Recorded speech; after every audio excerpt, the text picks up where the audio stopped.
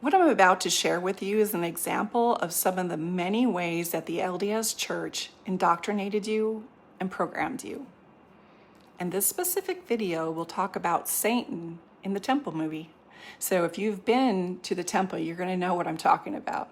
And if you haven't, well, then consider yourself free from just one less thing that you have to deconstruct from.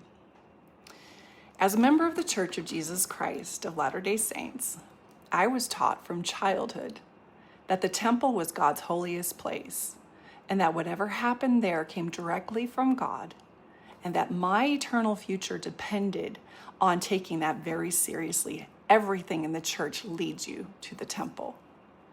In fact, if I did not take the temple serious, I would probably be separated from my family and my most intimate relationships in the next life. That alone is not love, it's not grace, it's not kindness, it's not freedom, it's a threat. And my brain wasn't processing that indoctrination as fiction, and likely yours wasn't either. It was processing it as ultimate reality. The temple ceremony is intentionally solemn and mysterious and emotionally charged. And when we're in a heightened emotional state, the brain embeds memories much more deeply. So let me be clear. There is existential fear being paired with the one and only solution. And there's a terrifying consequence, and there's only one way to avoid it. So psychologically, this is creating a very strong association, and this is the sequence. Danger leads to obedience, leads to safety. And once repeated enough, the nervous system no longer asks whether the danger is even real. It simply learns that when I obey, I am safe. This is classical conditioning. So let's talk a little bit about the actual wording that's used in the temple. And mind you, in the movie, as patrons in the temple, we're watching it as if this experience is happening to Adam and Eve. However, when Satan, the character, says these words that I'm going to tell you in just a minute, he breaks the fourth wall and he looks directly in the camera, and suddenly he's speaking directly to you. And I don't think anybody would suggest that this is coincidence. These are the words that the Satan character says. I have a word to say concerning these people. If they do not walk up to every covenant they make at these altars in this temple this day, they will be in my power. And then he grabs that branch and storms off. And when those threatening words are paired with a sacred setting, with family expectations, with a solemn ritual, with these covenants that you just made moments earlier, and then the emotional intensity of the whole ceremony and meeting everyone's expectations, well, that statement can become deeply encoded in your memory. And the message was not that bad choices make bad consequences. No, it says that if you fail to keep the LDS covenants, you will be in Satan's power. And I believed it. So notice how the wording is absolute, and it's not some of the covenants. It's not many of the covenants. It's all of them. And perfection becomes the requirement for your safety. And it also leaves no room for a savior, coincidentally, because it's your obedience that keeps you safe. And if obedience keeps you safe, there's no need for a savior. There's no need for mercy. There's no need for grace. It's all up to your obedience. And this creates a nervous system where we are hyper-vigilantly scanning for mistakes. Instead of asking, is this choice aligned with my integrity and my values? No, the internal question now becomes, will I lose God's protection if my choice doesn't align with the doctrine? And those are two very different operating systems.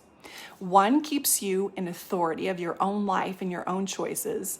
The second one outsources your authority to the doctrine.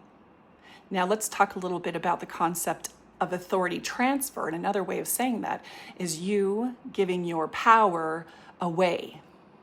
So the actor Satan, when he breaks the scene and he's looking directly into the camera and speaking directly to you, that's an important impact. The brain is especially responsive when someone makes eye contact and speaks to you personally.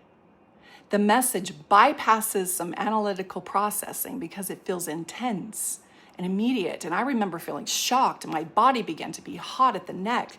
It's that similar experience when if you're in deep trouble and then you're found guilty of something and you're worried that you're going to be punished for it, your body is feeling that internally. And the actor Satan's physical action of snapping that branch and storming away and his cloak flying and he's leaving in apparent anger, well, the brain remembers those images even more readily than any other abstract idea in the whole movie. So your memory isn't just words. It's also stories and vivid sensory experiences in your body. LDS people attend the temple as very young adults after a long series of programming has already been done through music, through stories, and through carefully curated curriculum. And most members are still youth at an age when their identity is still forming and when belonging matters enormously. Their formulating brains are asking, what must I do to feel safe, to feel loved and accepted and like I belong? And if the answer is always keep every covenant or stay on the covenant path, well, then obedience becomes infused with survival. And that is the greatest hook. Over time, that becomes it's more of a belief. That becomes embodied. An embodied response. And that's why when members leave the LDS church, they notice something surprising. Their body is still reacting. They're experiencing guilt and dread and anxiety or fear without consciously believing the doctrine anymore. The thinking mind has moved on, but the nervous system hasn't fully caught up. So learning all this can be really disturbing, I understand. And there's a hopeful part, and that is that the nervous system can learn something new. Instead of obedience leads to safety, we can train the nervous system to believe that integrity leads to safety or your awareness leads to safety. We can train the nervous system to believe that it can remain fundamentally worthy and capable of navigating your own life even when you make mistakes. This shifts the source of safety from this external compliance or obedience equals safety into an internal relationship with yourself, returning your authority back to you rather than to the doctrine that the church built inside of you. So recognizing this link to the temple scene is only one way to loosen the grip of this embedded indoctrination.